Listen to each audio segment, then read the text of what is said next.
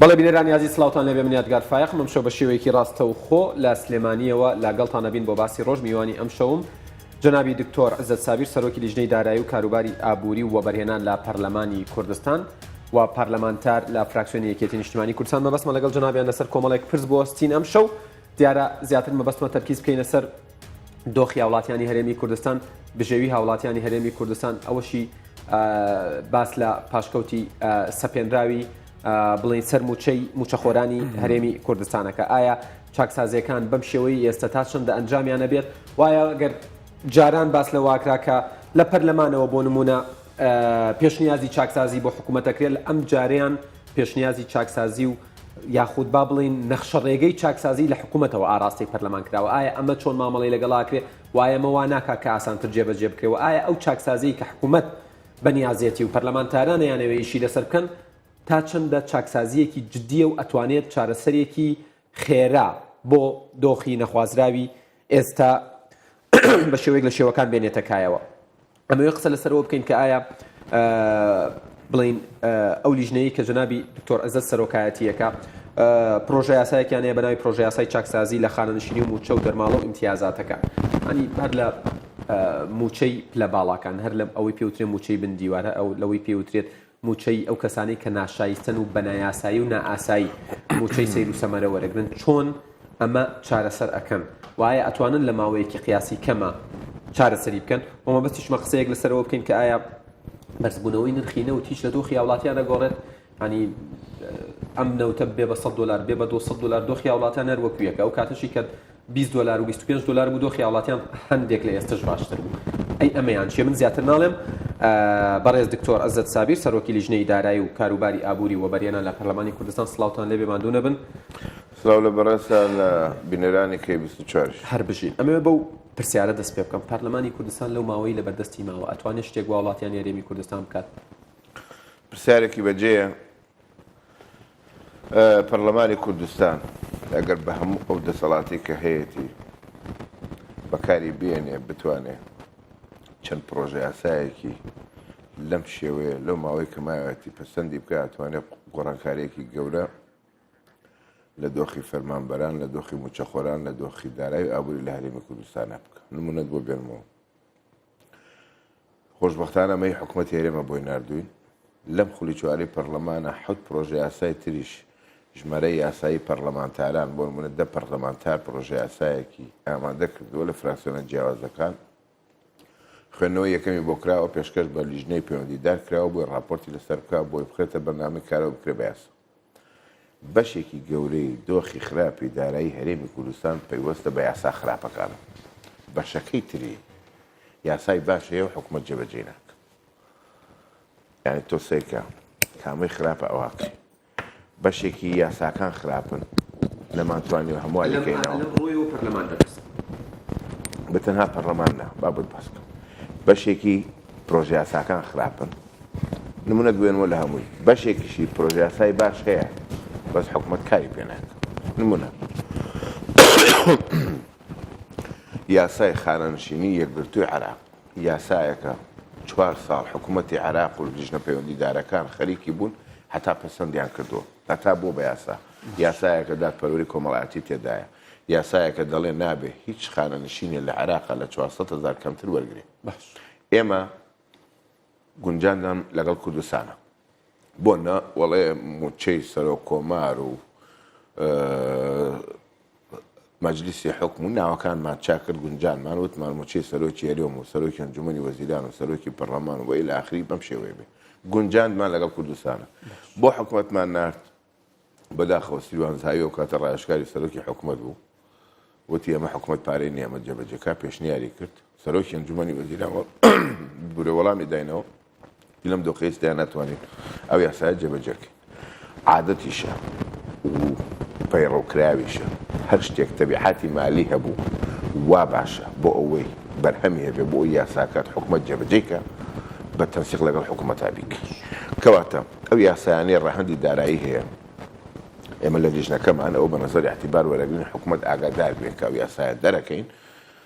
ڕاوێژیان لەگەڵا بکەین، استیشاراتیان لێ وەرگرین بۆ ئەوەی کە یاساکەمان دەرکێت ئەوان نەڵێ ناتوانین جێبەجێکین ئیمکانی بڕیارێکمان دەرکرد بڵێ بڕیارێکمان دەرکرد لە پەرلەمان 19 خاڵی تیا بوو بۆ پێشمەرگە ژیانی پێشمەرگەی چاکە کرد پەسەندیش کرا سەرۆکی هەرێمی ئەو کاتیش ئیمزای کرد بەڵام حکوومەتی هەرێم وەڵامی داینەوە ناتوانین جێبەجێکین لە بەردۆخی دارایی ئیست چەندین یاسای تریوە بۆیە بەشێکی گەورەی قەیرانی دارایی و دۆخی خراپی ئەم هەرێمی کوردستانە دووشتە یەکێکیانەوەیە بە یاسا ڕێگە ئەدرێت لە وڵاتەیە گەندەڵی بکری ئەبێ یاسایە چاک یاسایەوە بەرهێنان دەڵێ دەستمان بۆ هەمووی بردووە یاسایەوە بەرهێنان چەندین جار کۆبوونەوەمان لەسەر کرد هاتە سەرەوەی لەگەڵ حکوومەتە بە تەنسیق هەمواریکەینەوە پەرلەمان داخرا لەبەرەوە کەمی نەکردووە پەرلەمان بەدەبوو زیاتریشی بکردە خۆتە زانانی ئێمە 4 ساڵ بتەمەنی پەرلەمانتارێکەمان دوی داخرا بوو لەبەرەوە قەناعەتم وایە ئەماوەی لە بەردەمیان ماوە چەند یاسایەکی ئاوە باش پەرلەمان دەری بکە و حکوومەت ملزەم بێ بە جێبەجێکردنی بەشێکی زۆر لە دۆخ و قەیران و کێشە و مەشاکلی کە لە هەرێمی کوردستانە ئەتوان چارەسەر لەناو پەرلەمان و لە دەروی پەرلەمان کە ئەڵێم لە دەروی پەرلەمان مەبەستم پارتە سیاسیەکانە کو ئەشلم پارتە سیاسیەکان بە دیاریکراوی مەبەستم یەکێتی و پارتیە ڕێگری هەیە لەوەی چاکسازی بکرێت بەدڵنیاییەوە هەیە چونکە بۆ پارتە سیاسیەکان کەسی خۆیانە نێرن بۆ حکوومەت بەڕێوە بێ خۆ ئەوەی حکوومەت بەڕێوە بە بە دەرنیە لە پارتە سیاسیەکان هەمووی وەک یەک بیر ناکاتەوە تەنانەت لە ناو حیزبێکیشە لە ناو حیزبێکیشە کە نوێنەری خۆی ناردەوە بۆ حکوومەتی هەرێمی کوردستان یەک بیرکردنەوە نییە ممکنە یەکێکی لەبەر بەرژەوەندی شەخسی بێ ممکنە یەکێکی لەسەر تەوەجوهیەوە بێ بیرکردنەوەی بەرامبەر حیزبایەتی جیاواز بێ لەبەرەوە نەک لە ناو حیزبەکانە لە ناو یەک حیزبێشە ئەبینی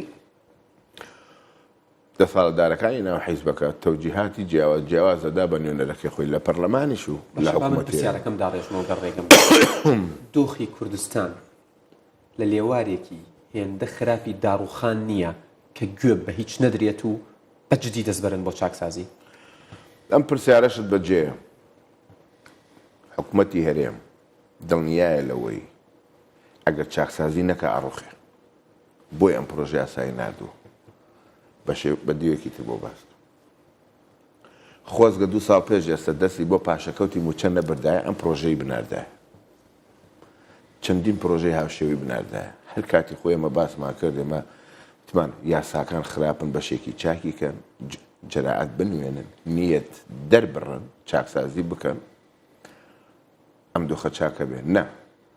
واقع حاڵ من بە یەکشت گەشت بینم واقع حاڵی کوردستان ئەوەندە خراپ نییە کە بێ ئەمەل بین لەوەی کە چاک ناکرێت بەڵام بۆتە زۆر گرنگە بەڵام لەوە خراپتر ئەوەیە کە بزانێ ڕێگە چارەیەک هەیە و نیک ئەوە خراپە ئەمە قەناعەتیم منیش باسی نیەت و ئیرادەکە ئەوەیە نیەت و ئیرادەکە بێ بە قووەتر بێ ڕوونی کەنەوە بۆ خەڵکە نیەت و ئیرادەمان هەیە بیکەین دڵنیا بە ئیستەش داهات و سەرچاو سامانی هەرێمی کوردستان بەشی ئەوە ئەکا بەم دۆخەی ئێستشەوە کە ئابانەوە بای حەسەنی ئەمە نەماوە بەشی ئەوە لە 2016 ئەم قسەیەت کردبوو ئێستا سووری لەسەر قسەکە سوورم ساڵێکی تریش سوورە بم ئەزانی چۆن زانستی یابووری عیلاجی بۆ هەموو کێشێک دۆزیوەتەوە یعنی لە اقتصادا یەکێک لە عیبەکانی علمی اقتصاد دەڵێ ئەکسپشنی زۆر تایە یعنی ئستثنایی تایە بە هەموو ئستثناءەکانیشەوە بەڵام عیلاجی بۆ هەموو کێشێک دۆزیوەتەوە برای من یۆنان 15 ساڵە قەیرانی دارایی هەیە و خۆشەژی ئەمریکا قەیرانی دارایی هەیە بۆ ئاگاداریت 10,000 ملیارد دلار قەرزارە ئەمریکا بەس پێوە هیچ پێ دیە تورکیا قەیرانی دارایی هەیە ئیسپانیا قەیرانی دارایی هەیە ئیتالیا قەیرانی دارایی هەیە بەس ئالیەت هەیە ڕێگە چارە هەیە وەسیلە هەیە بۆ چاکردنی ئێمە لە هەرێمی کوردستان حکوومەتی هەرێمی کوردستان دەست بۆ ئەو ئالیەت و بۆ ئەو وەسائلانە نابا بۆ ئەوی دۆخەکەی پێچاکە باشە دکتۆر بەرەوەی قسە لەسەر ئالیەت و وەسائلەکان بکەین کە حکوومەت ئەیەوێ بیکات ئەمە سکرێپتی راپۆرتێکی کوردستان 24 ئەڵێت بە گوێرەی راپۆرتی دیلۆیت ئەوەی کە کاری ئەکرد بۆ شەفافکردنی داهاتینەوە کە هێشتا شەفاف نەبووە داهاتی پوختی فرۆشتنی نەوتی کوردستان لە 6 مانگی یەکەمی 2017 زیاتر بووە بە 3.3 میلیارد دلار ئەگەر ئەوە دابەشی 6 مانگی بکەین مانگانە 500 با من ڕوونی سادەکەمەوە بۆ بینەرە لە 6 مانگی یەکەمی 2017 حکوومەتی هەرێمی کوردستان بە داهاتی ناوخۆ 100 میلیۆن دلار 6 مانگی دووەم 6 مانگی دووهەمە ئەمەیان باشە یەکەم زۆر لەوە زیاتر بۆ واگاداری یعنی موچە بە پاشکەوتەوە چەندی پێویستە مانگانە موچە بە پاشەکەوتەوە 500 میلیارد دیناری پێویست ئەمەی باسەکرێت 650 بەڵێ وایە واشە بەڵێ وایە ئەی کەواتە خەڵک ناحەقێتی کە متمانی بە هیچ حکومەت نییە حەقی نییە خەڵک کوربا من هەنێشتریش بڵێم کە حکومت نەیوت ئەمە ئەگەر 550 ملیۆن دلارە لە مانگێک 550 ملیۆن دلارە لە مایەک 150 ملیۆن دلاری تریشمان هەیە بە بێجگەل لەو پارەیە کە دیلۆیت حسابی کردووە ئەوە یانی چی؟ مشتقاتی نەوتیکە لە ناو پارێ مافرۆشێتەوە زایدن داهاتی گومرگەکان داهاتی وەزارەتەکان و ئیلاخری 550 کاتە 700 700 دوو ئەوەندەی مەعاشی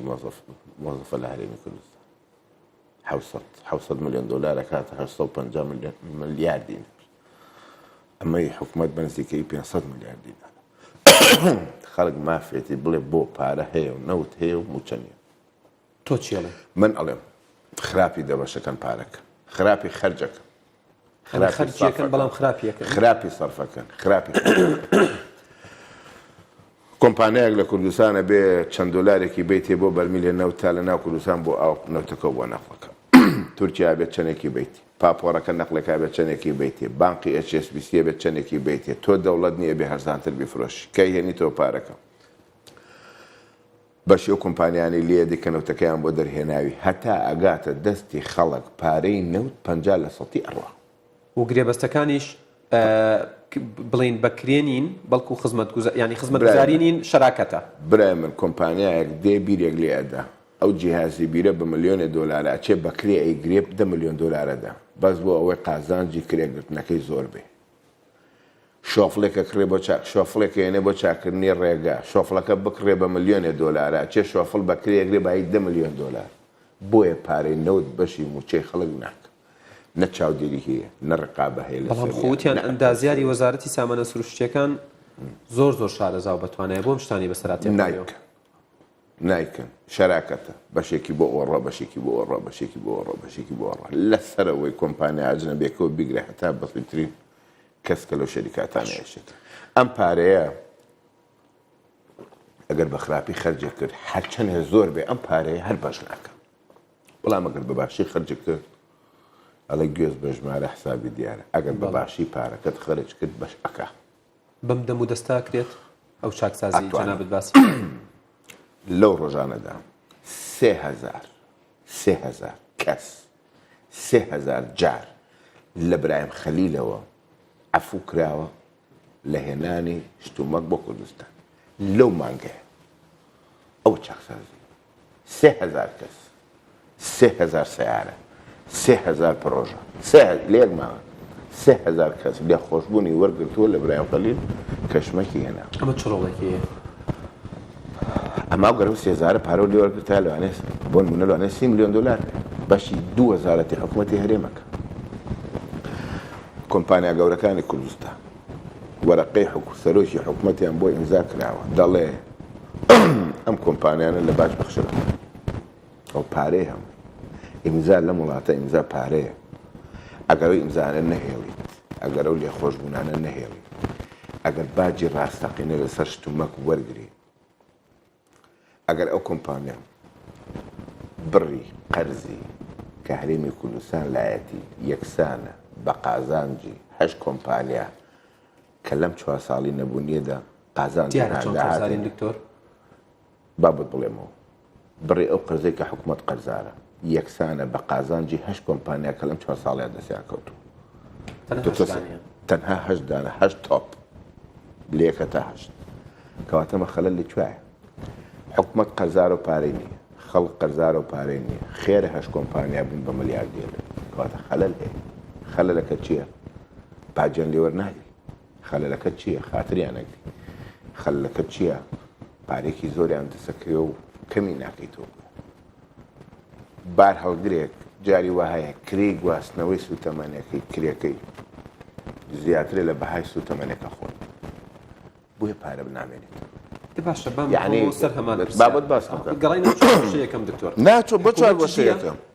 بۆ 4 گۆشەیە گەر ئەمە وایە کەواتە ئێستا من بەلۆغەیەکی چاکسازی وەکو وتم حکوومەت گەشتە لێواری ڕووخانن بۆیە پێی لە جەرگی خۆیان شتیان بۆ نادەن بەڵێ ئەمە دوولایەنێ لایەنێکیانەوەیە پێمانەڵێ حکوومەت ئیرادەی لا دروست بووە کە چاکسازی نەکە ڕۆخێ کەس حەز بە ڕووخانی خۆی ناکە مرۆڤ ئاوبردی دەست بۆ تەڵێ پوشە بە لە بەرەوەزانەی ئەڕوخێگە چاکسازی نەکە بۆی ئەمەی کردو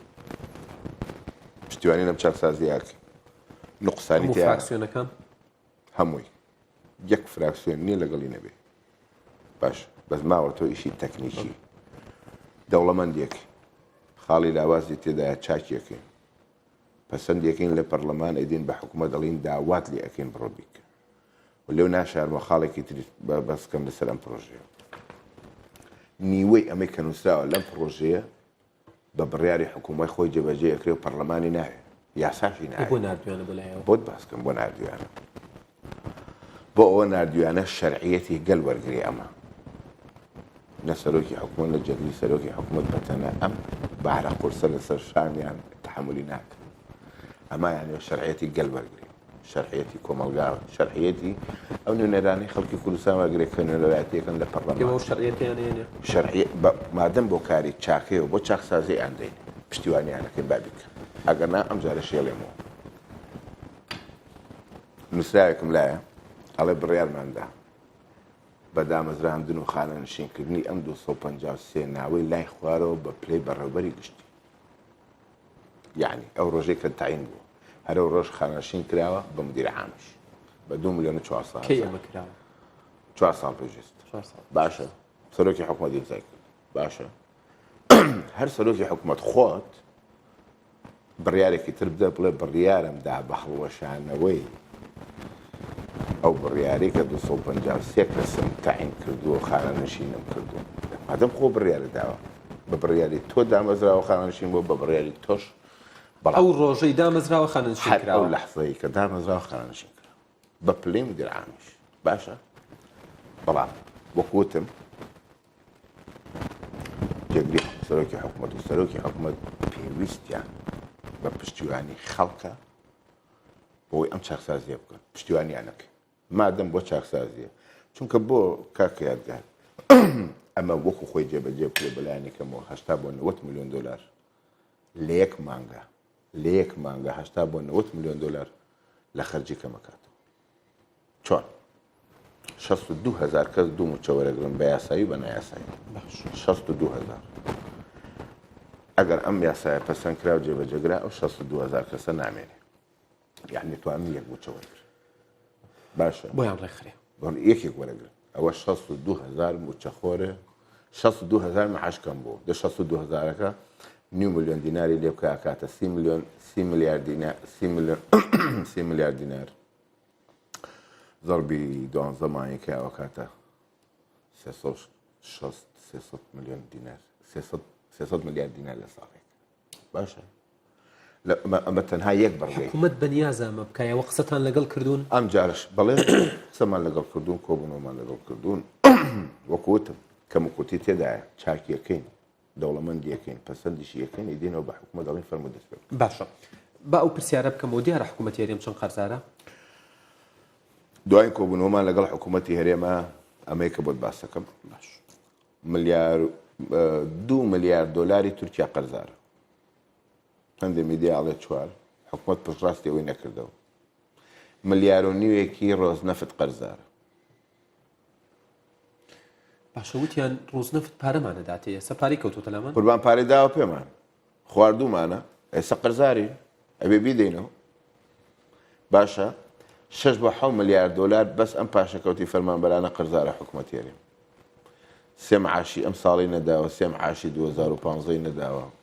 ئەم ڕوبع معاشۆنی و معاشانی بە درێژایی ئەم سێ ساڵە داوێتی فەرقەکەی سەر تاپات چەندەکە 6 بۆ 7 میلیارد دلارێک 6 بۆ 7 میلیارد دلار باشە پرسیارێکی تری خەڵکەوەی ئەڵێن زائیدەن پاشەکەوتێکی زۆری کۆمپانیاکان و دەوڵەمەندەکان و بازرگانەکان و خەڵک لە بانقەکانی حکوومەتی هەرێما بوو دەستی بەبردووە ئەو تا ئێستا حکوومەت قەناعەت وایە لەوانەیە خۆشی نەزانێت چەند لێ پرسی وەڵامی نییە چەندێکە پارەکە 2015 بە ڕقەمێک 2014 بە ڕقەمێکدایان بە ئێمە کەنزیکەی 10 بۆ 12 میلیارد دلارە بوو کێشەکەوەیە بانقێکی بیانی هاتوۆتە ئەم سلێمانیە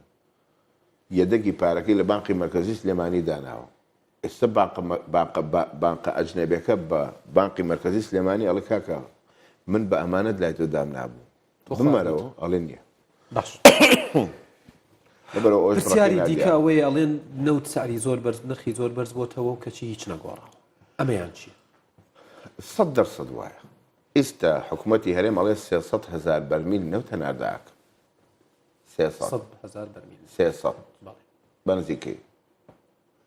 بەرمیلێکیش بە 65 دلار ئەمان بە چەند ئەیفرۆشن ئێستا بە 67 ئەمان عادەتەن ماینەس پلس 10 دلار کەمتر تەواو ڕۆژێکیش هەبوو 600,000 بەرمیلیانە نارد ئەیاندا بە 35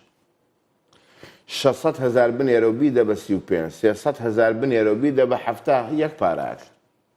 یەک پاراکە کەواتە هیچ نەگۆڕاوە هەرچەنە ئەو شوێنانەشمان لە دەستاوە فەرقی هەیە تۆزێک فەرقی هەیە چۆن جاران بەشێک لە بەرهەمە نەوتەکانی ترەدا بە مەسفاکان بەشێکی تر لە ناوخۆدا بەکارێنرا ئێستا و بڕانە کەم بۆ تۆ ئێستا بەشی زۆری ئەوانە